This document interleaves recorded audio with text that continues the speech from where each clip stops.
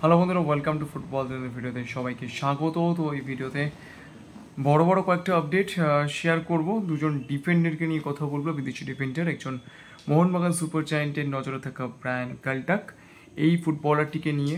তো এই মুহূর্তে একটা কথাবার্তা চলছে মোহনবাগান সুপার জায়ান্টের সঙ্গে, এইরকমটা শোনা যাচ্ছে কিছু কিছু জায়গা থেকে।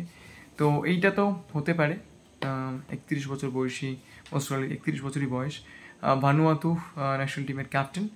তো প্লেয়ারটি বর্তমানে খেলেন এলিগের ক্লাব সেন্ট্রাল কোস্ট মেইনার্সের হয়ে, এবং সেন্ট্রাল কোস্ট মেইনার্সের সঙ্গে মোস্ট প্রবলি তার এই সিজনের পরেই কন্ট্রাক্ট শেষ হয়ে যাচ্ছে।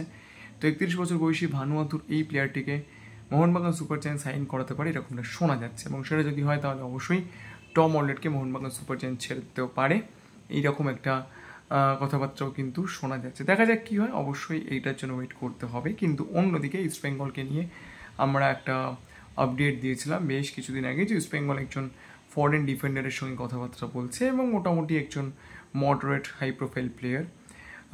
প্লেয়ারটির নাম হচ্ছে জেভিয়ার মেন্ডেস, উরুগুয়ের প্লেয়ার। তিনি এই মুহূর্তে উরুগুয়ের ফার্স্ট ডিভিশনের ক্লাব পেনারল এফসির হয়ে খেলেন।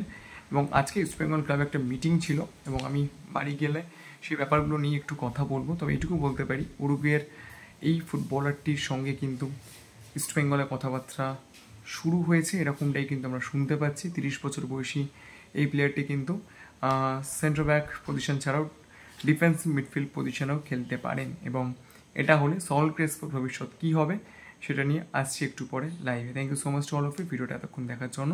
যদি ভিডিওটা ভালো লাগে, লাইক শেয়ার সাবস্ক্রাইব করতে ভুলবেন না। Thank you so much.